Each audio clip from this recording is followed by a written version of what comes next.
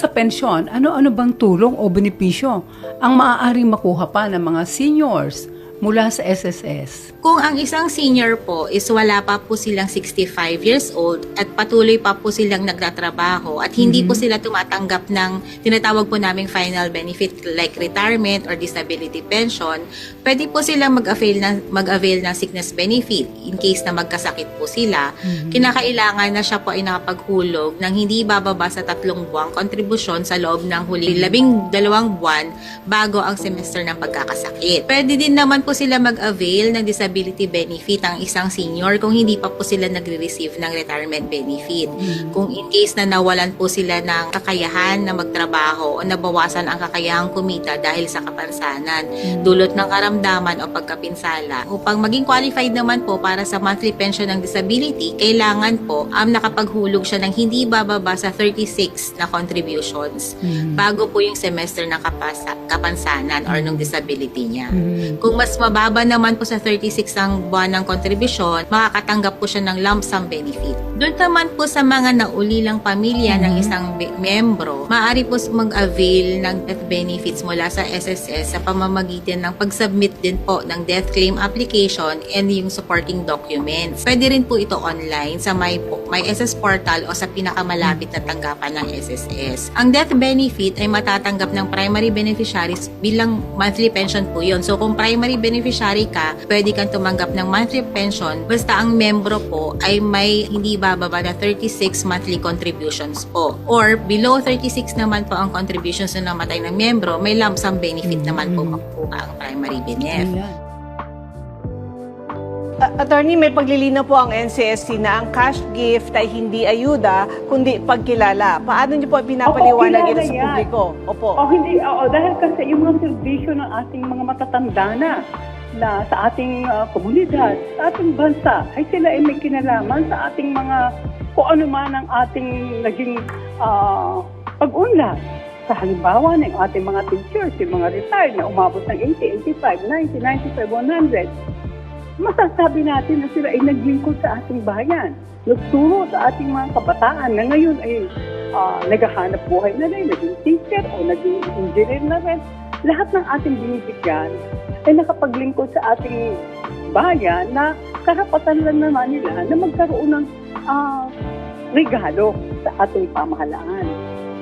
Sa gaya nung meron kami binigyan ng 100 years old na ang dati niyang trabaho, security guard. Ang pagiging security guard ay isang marangal na trabaho dahil sila ang naglilingkod sa ating mga pribadong tanggapan o kumpanya na para mapamalagaan, para keep them safe and secure ang mga empleyado at ang business, di ba? So yan ang regalo sa kanila. Ikaw ba ay grantee ng Expanded Centenarians Act? Alam mo bang pwede nang magamit ang iyong Land Bank Piso o savings account para matanggap ang iyong cash gift? Wala ka bang existing Land Bank account? Tara at ituturo namin ang step-by-step process para sa Piso account.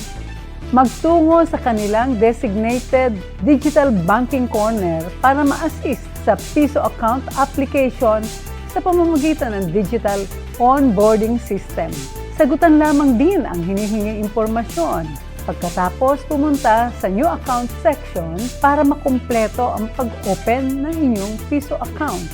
Pwede rin ma-access ang Piso account application sa www.dobs.landbank.com.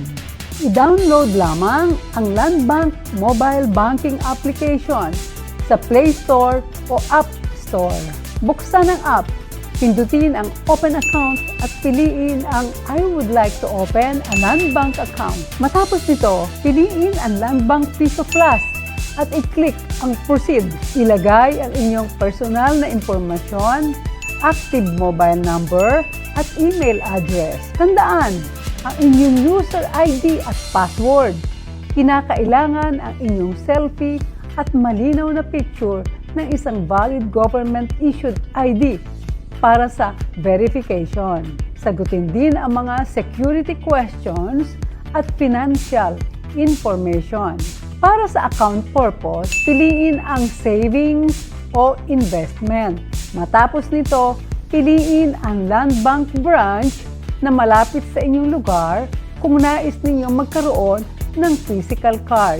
At hintayin ang text message ng Land Bank tungkol sa status ng inyong application. At congrats! Pwede mo nang magamit ang inyong Land Bank Piso Savings Account sa pagkuha ng iyong ECA Cash Gift. Piso lang ang initial amount of deposit nito at wala ring maintaining balance. Sa ating mga ECA grantee, piliin lamang ang Land Bank sa updated claim form at ilagay ang iyong account number. Madali lang, di ba? Good news para sa mga grantees ng Expanded Centenarians Act na 80, 85, 90, 95 at 100 years old. Para matanggap ng mas mabilis at safe ang inyong mga cash gift, digital o electronic fund transfer na ang ating pamamahagi. Pumunta lamang sa official website ng NCSC para ma-download ang updated claim form.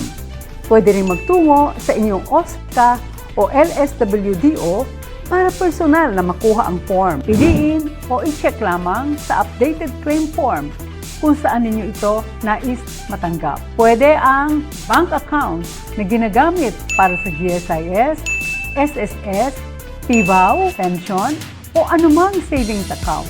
Maaari din mag-open ng Land Bank Piso account. Pwede rin ng GCash basta verified o kaya sa pinakamalapit na Palawan Pawn Shop sa inyong lugar. Tandaan, dapat nakapangalan sa ECA grantee ang napiling bangko o GCash account. Matapos sagutan ng form, maaari na itong ipasa sa OSCA o LSWDO. Kalakip ang mga kinakailangan dokumento tulad ng PSA, birth certificate o national ID o digital NSCID, one whole body picture at bank verified deposit slip o printed screenshot ng GCash profile information. Hintayin ang notification o tawag mula sa NCSC Regional Office para sa confirmation ng transaction account at online crediting ng inyong cash gift. Sa lahat ng mga qualified grantees ng Expanded Centenarians Act Program, less hassle at mas mabilis na ang pagtanggap ng inyong ECA cash gift. Dahil sa digital o electronic fund transfer, kay bilis ng serbisyo, deserve na regalo, diretso sa inyo.